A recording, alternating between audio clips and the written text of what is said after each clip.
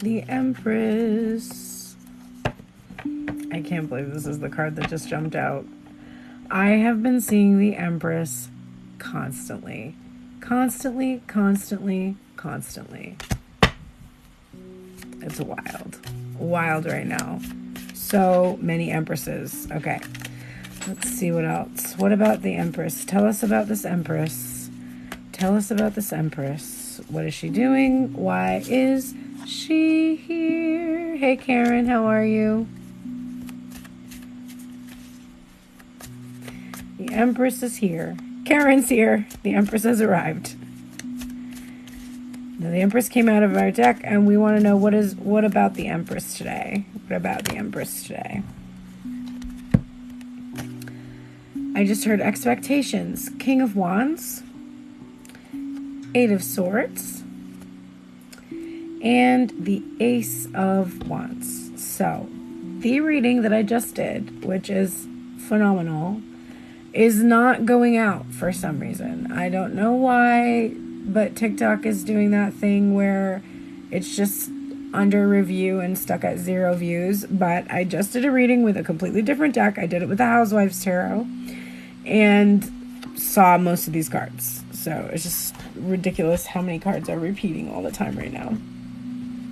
You're doing good.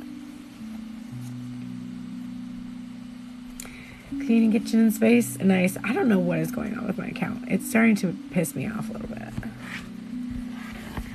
It's just like, I can understand if you don't actively push out my material, but why would you suppress it? That's how it's feeling a little bit right now.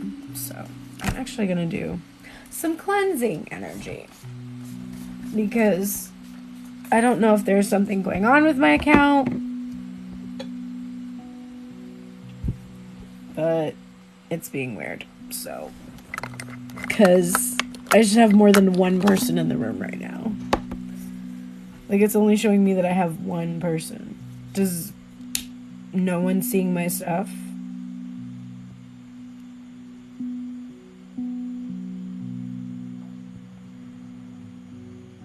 Might be able to do a private reading for you. There we go. There's some people joining. It's weird how it doesn't show me anymore. Like, it used to show me that there's people in the room, and now it doesn't show anybody.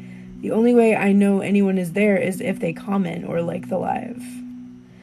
But I'm just going to cleanse here because I'm just picking up on weird energy. TikTok is being so fucking weird right now. Okay.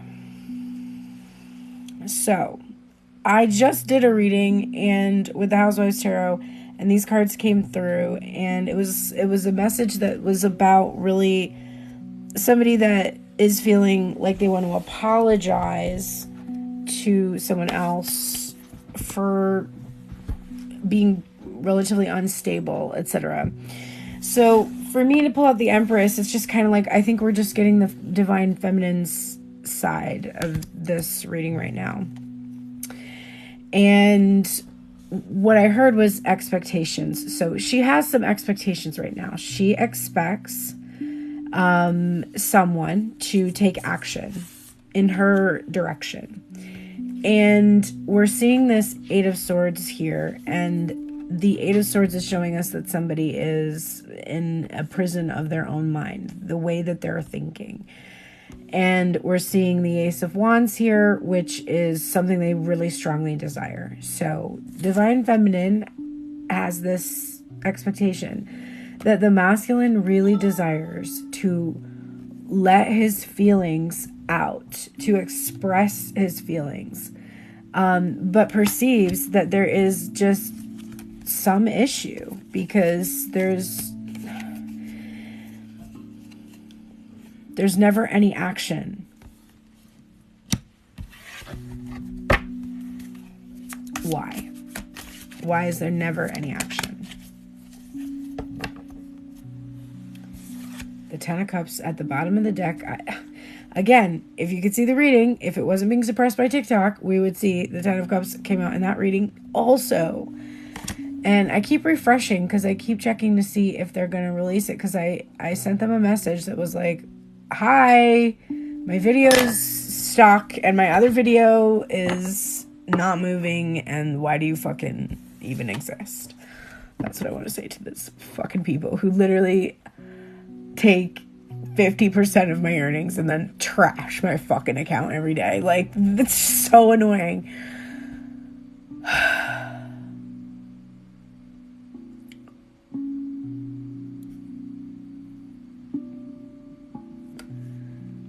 So, Divine Feminine's really frustrated because she is perceiving herself to have taken action to get herself out of the Eight of Swords. She took action to have what she desires and leave behind this way of thinking. So what she feels really frustrated by is that she's still fucking waiting. Like, it's such an anger. Remember, Aries energy from the Two of Wands. The Two of Wands is a Mars in Aries card. This is incredibly aggressive anger. I just saw something last night about how if you had certain issues, it suggested that you didn't process things. And the particular issue was if you tended to have, I can't think of what symptom it was now. If it was anxiety, I feel like that's too simple. It was like, if you were this, then this is because you have anger. Oh, I think it was just sadness or loneliness or something. What you were really doing is masking anger because anger wasn't appropriate. You weren't allowed to show anger, express anger. So it shows as something else. But what you really are feeling is angry. So I think Divine Feminine needs to be angry.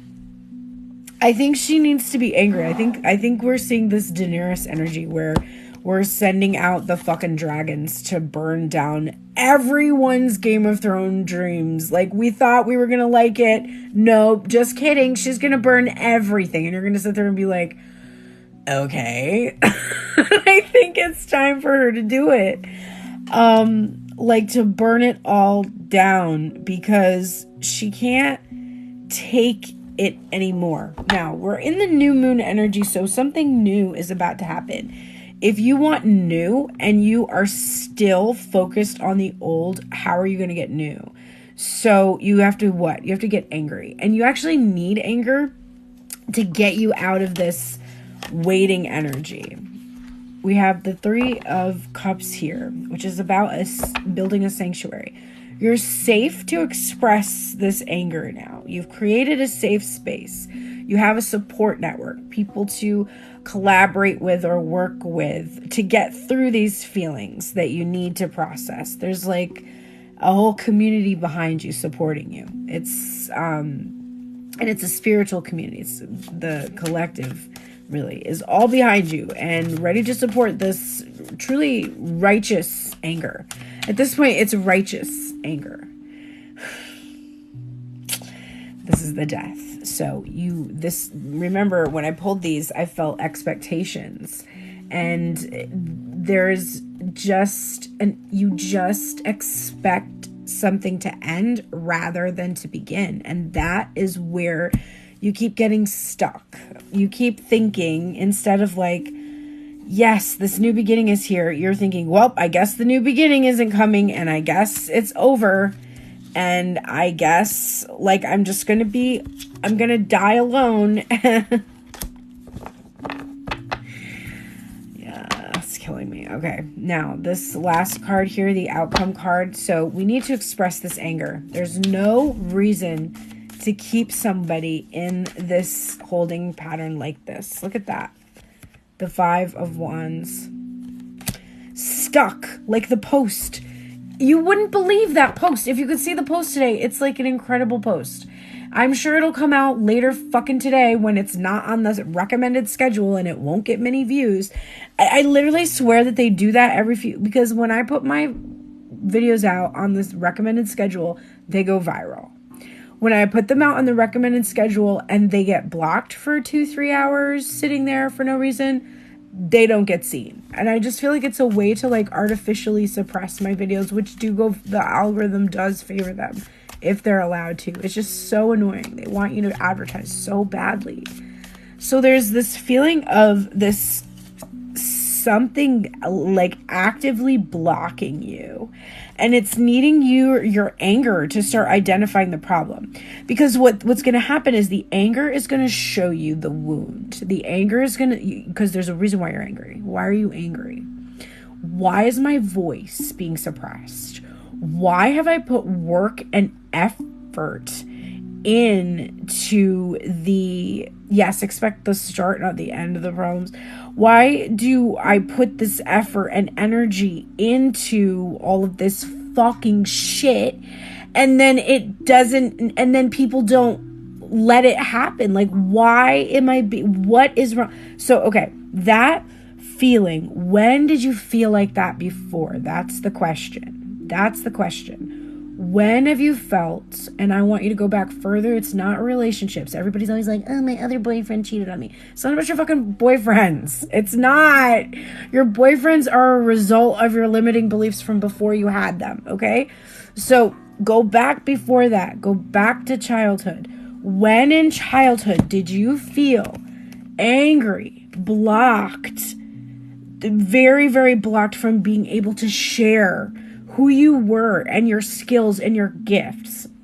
So for me, I'm going right back to, I was a little fat kid. So there's always like for me, there's the limiting belief about my body weight and the anger about beauty standards and the patriarchy and forcing on me. Because literally, just wrap your brain around the fact that my fat body, okay, was a defense mechanism from a sexual trauma, which I intuitively knew as a child, if I had a fat body, it wouldn't look like a child's body. And seeing as I had a predator prey on my child's body, I literally subconsciously realized to look less like a child would mean that specific predator could no longer harm me. So then I became more curvy, which as I went into my teen years made me an object of desire and an object that people pushed away. So I was objectified and rejected, okay? So my body is part of the struggle. My body's part of the struggle. It's in there. So I'm just using myself as an example because you're going to have to do your own digging here. Because the same thing is within you. You've got the same thing. You've got the same anger, the same frustration, the same, like, why was I kept? So if we can go we can say, okay, one reason that I was kept is because I did not obey patriarchal beauty standards. I did not do it. I ate what I wanted to. I didn't restrict myself constantly. I just let myself be a human fucking being. And I didn't give a fuck about what men thought about me. That is a big no-no. Okay, I did that first. All right, great. That shows a strength, not a weakness, right? Then the other element there is that I protected myself because my actual protection wasn't there. I didn't have protection. So I protected myself. So not only are you vilifying me for the way I look, you're vilifying me for finding the best fucking way I could as a child to protect myself.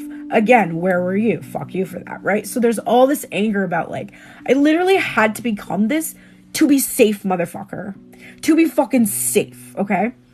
So I'm being told that I can't do that. Then I'm being told, oh, what? You're bright, you're talented, you're a musician, you're an artist, you're incredible. You're really probably not going to be good at any other things because you're a woman. So you're probably not going to be good at, like, math or science or whatever. So it's great that you have an interest or a hobby that you can impress a nice young man with who will marry you so you can have his children, because you definitely have childbearing hips, okay? But you're not really going to want to be a musician because musicians are like the lower elements of society, and most of those people don't make it anyway. And you'd have to be thin to do that, okay? All of these things that I'm saying to you are ideas that piss me off because they weren't my ideas.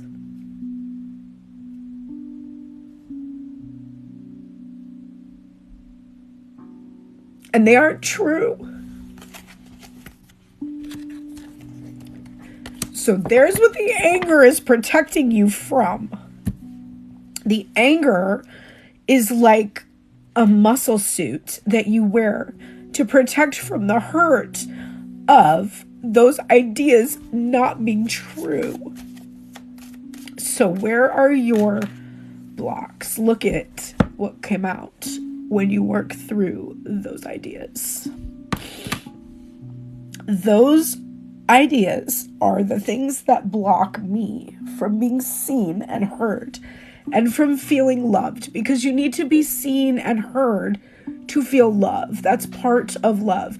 If your parent ignores you, which I didn't have, I'm like, oh, my parents ignore me. I didn't have that. But on some level, they had to because of their own damage, right? They couldn't really show up in the ways that they even wanted to because they were limited by their own experiences. But if you're ignored by the greater group or community, you will die in our society. Like if we had no technology or anything and we were all just like roughing it right now, and somebody decided, we don't really feed fat people here because you all take too many of our resources, so you gotta go, and sent us out, we would die, because you need the whole community to be able to like eke your existence from the earth, which is a struggle to get everything you need out of, right? So it's a program that if you are rejected or pushed away or can't compete because you're not neurotypical and because you're neurodivergent, you are literally terrified all the time that this little bit of love that you get is just going to be withheld completely forever. Now think about that. Let me just see what you're saying. You're welcome for being vulnerable. And don't worry too much, I'm a Pisces rising, so it's just always there beneath the surface. But it's good that you see the vulnerability, because it's a pain that's real and it's a shared pain. And it's also probably not just mine. I'm probably picking up on people who are listening to these messages and recognizing it for the first time, because this is stuff that I've known about myself. I'm just using it as an example. But this is making so much sense to me as I'm telling you, because what I'm realizing is with my person shows me love in really unique ways, but it's very limited, and it always stops before any real deep intimacy would ever actually occur. And the idea that somebody could have a hold over me for so long with so little to offer is traced right back to what I'm saying to you, is that if you lose even the tiniest bit of love you're allowed, you're dead in the water. You're dead, right? You're dead. You might as well die alone. But the good news about this reading is that, unlike the other readings you've probably been listening to on TikTok that are just telling you that you're going to get a bunch of good stuff, this reading is telling you what the fuck is holding up the good stuff. And the solution is not that difficult. It is doing what I just did, which is a little bit of digging and being like, when did I feel this angry about something? Because my trigger today was TikTok, right? Being a little cunt about my video for no fucking reason. And the feeling brought me back to the way I felt in childhood when I could sing like you wouldn't believe with full vibrato from an age I can't even remember not being able to do that. I remember my friend saying, when did you learn vibrato? And I was like, I don't know. I always did that. And I didn't know that was not a natural thing that people could do. I didn't know that people had to learn that skill or whatever. To me, I just knew how to do it. So I could sing like that. I had really great pitch and I was a performer. But whenever I would go out for plays or parts in plays in high school or solos, I wouldn't get it. And it was a political thing too. I was in a small town and just that's how shit worked. There would be people who would come up to my mom and be like, why didn't Pearl get to do X, Y, and Z? And my parents would be angry on my part because they would know it wasn't fair, but they also wouldn't do anything. Whereas I know that if I saw my son go through what I went through, that I would have been that person in the student office that's listen, what the fuck is going on? If I have to sit through another play where my child does not get to show his talent, you need to create an additional part in the next play. If you can't find a fuck way, like, I would literally be like, I will like literally raise this building to the ground if you don't do something to support my child's interest. And that's your fucking job, is to make sure that my kid stays interested in this. What the fuck are you doing? Literally, I would have not ever allowed that. So I need to have that same kind of for myself now that I didn't have then. Like, I would come home and my parents would be angry, and my dad would be like, oh, it's because you're, of our last name or whatever, our family name. And I'd be like, what? It doesn't even make any sense. Like, why would that even be? But it's just something I internalized, and so I carry it with me. Finding where the anger is, digging it out. Now that makes sense that in my current situation, like, when I'm confused about why am I holding on to this person who's literally given me nothing, like nothing. I've gotten more from the people sitting in this room who liked my goddamn live stream than I've gotten from this. I swear to you, like, that's more love and support than I've received from this person. And I teach people about this stuff every day, so I'm always confused. I'm like, why would you still even give this person the time of day? And it's like, oh, because I'm literally programmed to feel desperate for any kind of love or attention at all, because I feel blocked in receiving it. And if I can unblock this, then I would get a lot of love and attention, because in truth, it's always been there for me. I just don't know how to open to receive it. I have a fear of rejection that is very, very strong. And my person also has that same fear. And that's why, when you're choosing somebody to focus on that's a lot like you, very similar to you, you're going to run up against the problems that you have are going to be showing in this other person. So that's what the whole twin flame journey is about. People are like, oh, it's about, being a power couple or something. It's really not. It's about figuring that out, being like, why is this person not just talk to me? And it's like, because they fear rejection. You're like, whoa, how could you fear rejection so badly when it's clearly obvious that I would be like, yeah, I want to talk to you. How could you fear rejection so badly that you would do that? And it's like, I don't know. How could you fear rejection so badly that you would not put your record out still after 2 years and still somehow not be able to have the money for that? Which, you know what? Maybe that's why you don't have money, because maybe if you opened up to receive the abundance that you actually have just sitting there waiting for you, you would have to put your record out. And then you wouldn't be able to say like, oh, well, people don't know my music because I couldn't afford to put it out. No, what you would actually be saying is like, well, people didn't like it. They didn't care about it. They don't care about you. They don't love you. They don't want you around.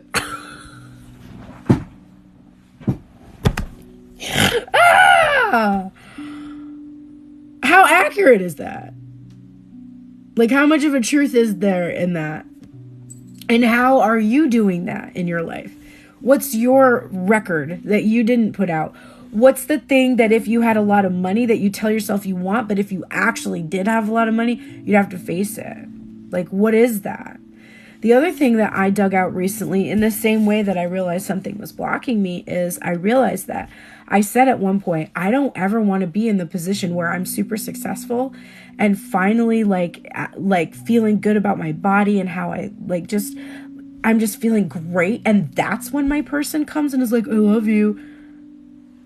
Where were you when I needed you? Where were you? Like, of course you love me. Everybody fucking loves me now. I'm fucking huge now. Who the fuck doesn't? Like, fuck you for that, right? So I realized that my ego, which is exactly who just came out, my ego is keeping this from happening because it's like, it's keeping me from achieving wealth and abundance, because if I achieve wealth and abundance, my story is that that person will then want to be with me, which will show that person's true colors, which will mean that I will have to finally reject that person, which will mean that I can't be with that person, which is who I want to be with, right? So that's that. And if they come to me now and I don't have all of those things, then I'm going to be dependent upon that person, and that person is going to always think less of me until I finally get So realizing that I was doing that, I was like, no. Okay, first of all,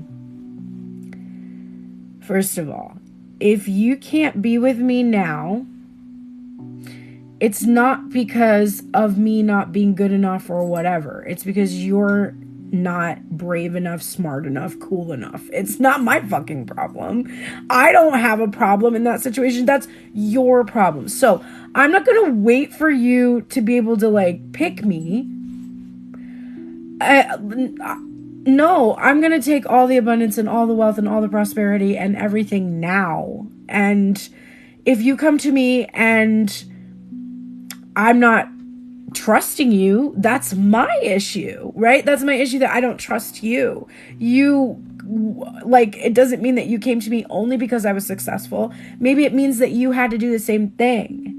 Maybe me having to be like, I am worthy of receiving all of this abundance is what you had to do in order for you to be able to come to me. So if I'm sitting there this whole time being like, no, if he ever comes to me when I have a lot of money and stuff and I feel good and I'm totally great and everything's perfect, I will tell him to go away, then I literally am setting up another obstacle that's like, nope, we can't give Pearl what she wants. Do you see this? How this works? If we give Pearl what she wants, she is going to have to face rejection of her music by people. She is going to have to face the potential that she won't actually trust in this person that she claims to love and trust.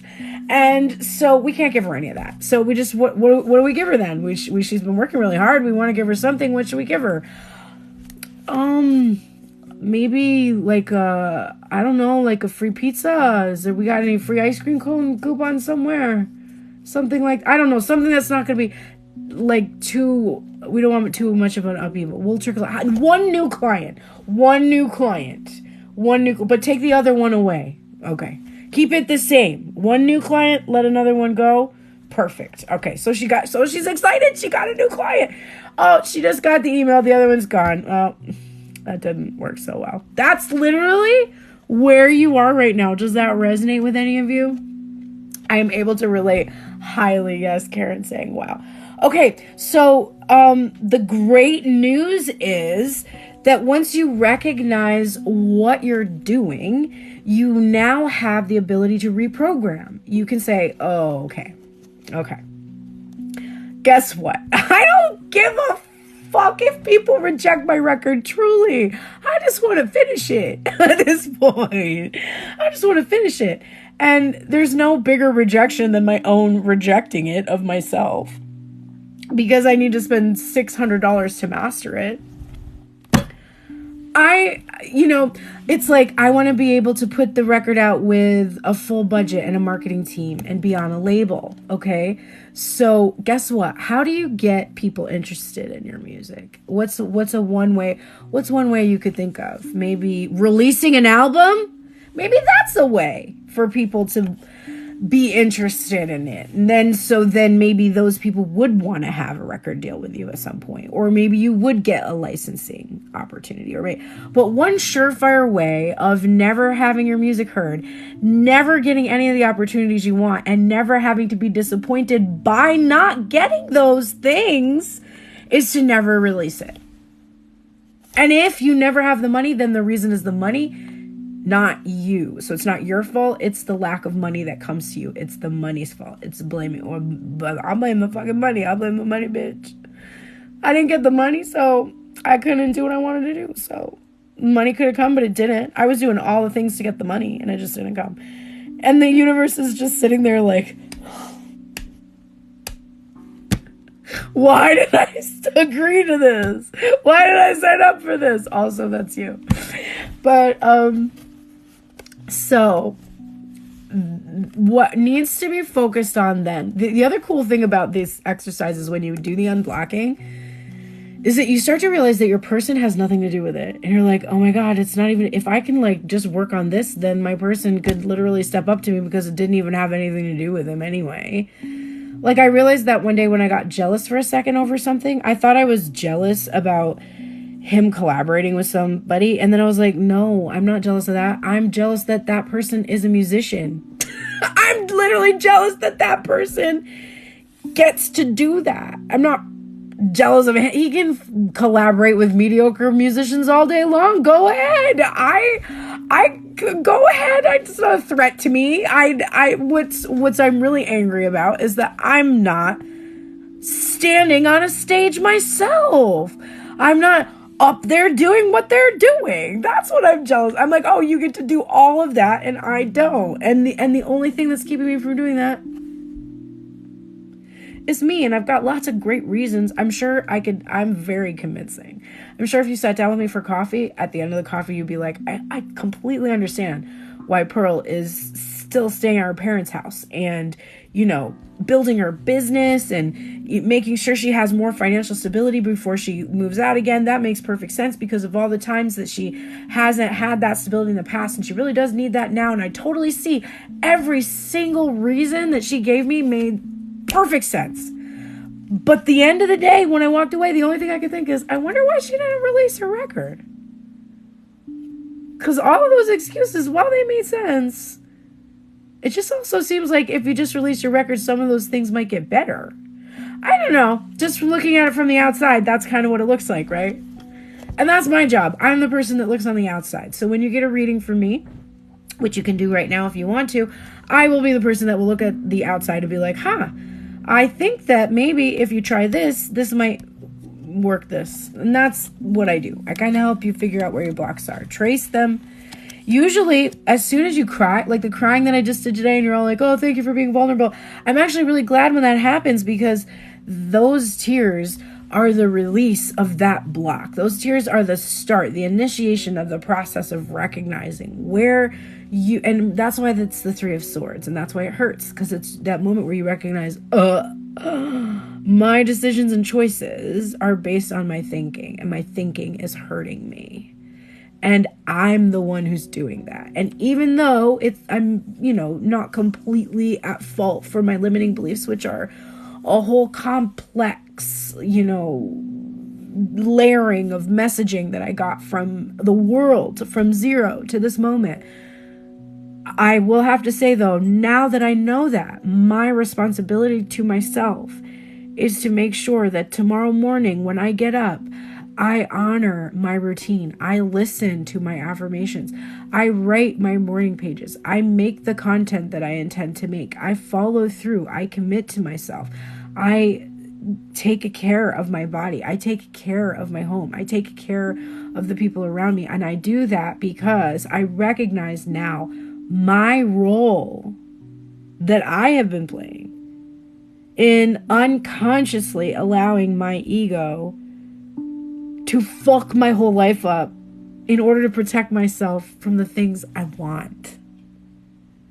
Because I want to have financial abundance, and I want to have a home, and I want to have partnership and connection. So I don't want to block myself from these things because of unprocessed anger. I don't want that to be the reason. I'm on my deathbed. People are like, oh, what are your final words? And I'm like, I regret that I never processed anger so I could have any of the things I wanted. That's not going to be me. I'm going to process the anger. I'm going to feel the anger, and I'm going to look at it, and I'm going to say, when have I felt like this before? Why do I feel like that? Is it true? How do I know it is true? Who would I be if this wasn't something I was carrying with me and believing in? Can I be like that right now? How can I act that way? Okay, I will do that. So that is my advice for you today. And hopefully later today, you'll be able to see the actual TikTok reading I did, which was really, really good, by the way. And Yes, the person that you focus on does have to shift too. But I actually, because of the quantum field, I'm going to say to you, there is a version of your person that's shifted. You have to see that person. You have to wake up in that timeline, in that dimension, in that reality. And that happens through the way you're thinking about the person, because truly the person is your projection of them.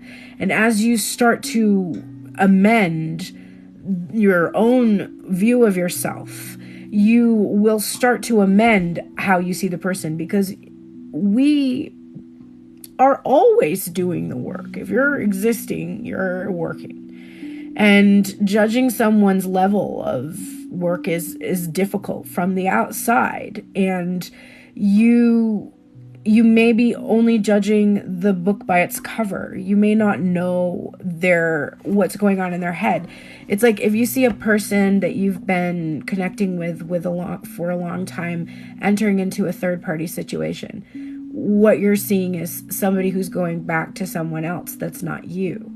And in your mind, that is them not doing the work. But what you don't realize is that they've met somebody who has this level of compassion and kindness that's like 50% more than the last person they were with, and 25% of what you could offer them, because they don't have the capacity to receive your full 100% love yet. They need to meet somebody who's going to give them 50%. They have to be able to receive 50% of what you would be able to give them to get into a place where they can do it. So their work is to go and be with somebody who's more giving and more open. Their work is to experience what it's like to be in a more connected relationship than they've been in the past. Less disconnected than the one they were in before. One where they had to show up more. And they may fail at it. And they have to experience that. And that's another level of work, of realizing that they can't meet someone's expectations in a codependent situation. And you're not wanting to be in a codependent situation anymore. So you're protected from coming into alignment with that person right now, because you're not there. You're in a place where you're no longer entering into relationships like that, but they still need that work. That's why when people look at whoever someone else is with as this negative karmic person and vilify them, I get frustrated. That is just an egoic view of another human being who is going through their own journey at their own pace. So, yeah, your person will inevitably do the work if they're your match, because you will be envisioning someone who does. So you'll either be able to see the person you want as someone who changes and shifts and grows and heals because you've expanded your consciousness to believe that's possible for people, or someone else with those skills will squeeze out the person you're focused on. Someone from your past will surface and you'll be like, oh my gosh, I didn't realize this person was always like that. And I wasn't open to them before because I was the one that was closed off from receiving love at that level.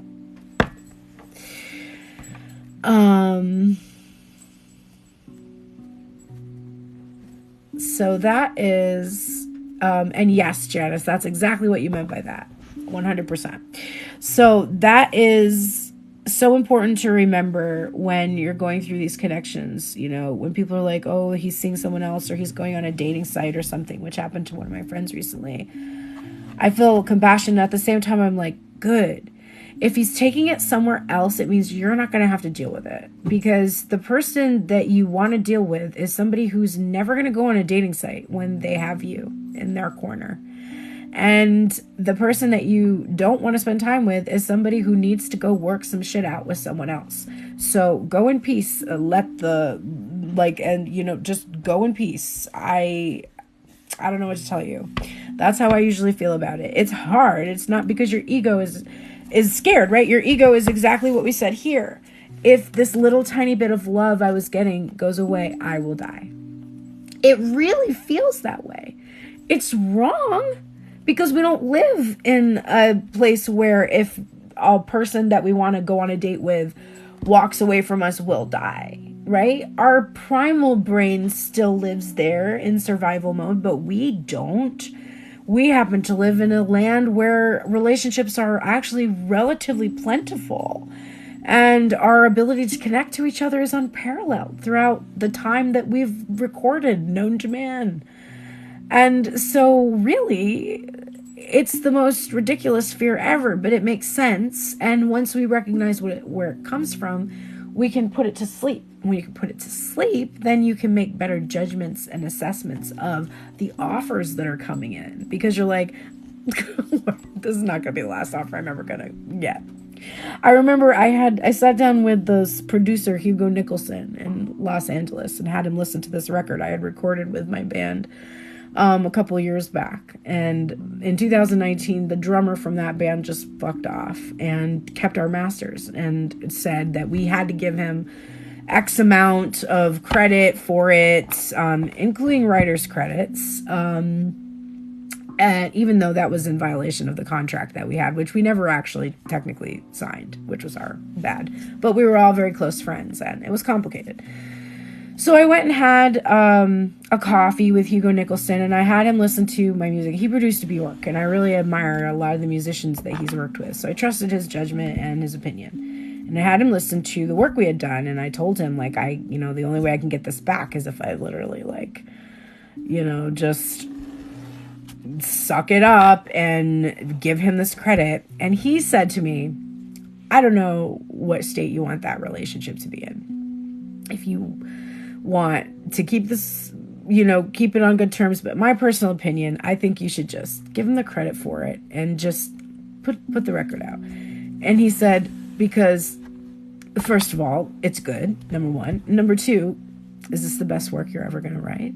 Is this the best record you're ever going to make? You're not going to ever make a better record than this. Like, you are going to have so many more opportunities to create things, and just don't be so attached to it, right? I didn't take his advice because at the time, what I actually realized is when I went back and listened to it, that while he was right that it was like a decent record, they were songs that I had since I was younger, and there were a few on there that I didn't want to lose. I wanted to reimagine them and produce them the way I wanted to do. And that actually was the right choice for me, because when I did go back into the studio, I took in 2 new pieces and 3 pieces that we had reimagined. And they were so much better. But it was really it was him saying to me, is this the best record you're ever going to make? That was what made me realize I didn't even need to sign the rights away. It wasn't the best record I was going to make. And I could make a better record, especially one where someone else wasn't trying to control it because they were a dude that was younger than me, that went to a program that wasn't even as good as me. Whatever, right? Like, my ego, it's fine. But anyway, so you're going to have so many more opportunities for love. And we've been programmed to believe in scarcity because scarcity drives consumerism. And consumerism is, at the heart of our economy, which is unfortunately how we measure our value in our society. So it makes sense that this has happened in these connections that we have with people. Okay, so I know there's only 7 of you in here that I can see. Maybe there's people that I can't see, but I can see 7 people in here. Any of you in here interested in receiving a reading today? If you are a subscriber, it's only $28 for you. It's $33 for all non-subscribers. If you are a non-subscriber and you want to subscribe today, you will receive a free mini reading for the first time subscribing. And then ever after that, you are entitled to $5 off of live readings. So that is available. Venmo, PayPal, or Cash App link in my profile for those of you that intend to book a $33 or $28 reading.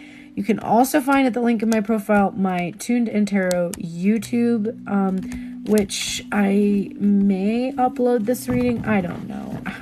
I did not do YouTube this week for some reason, and I feel maybe I'll do it on the weekend now, I guess, but I just didn't.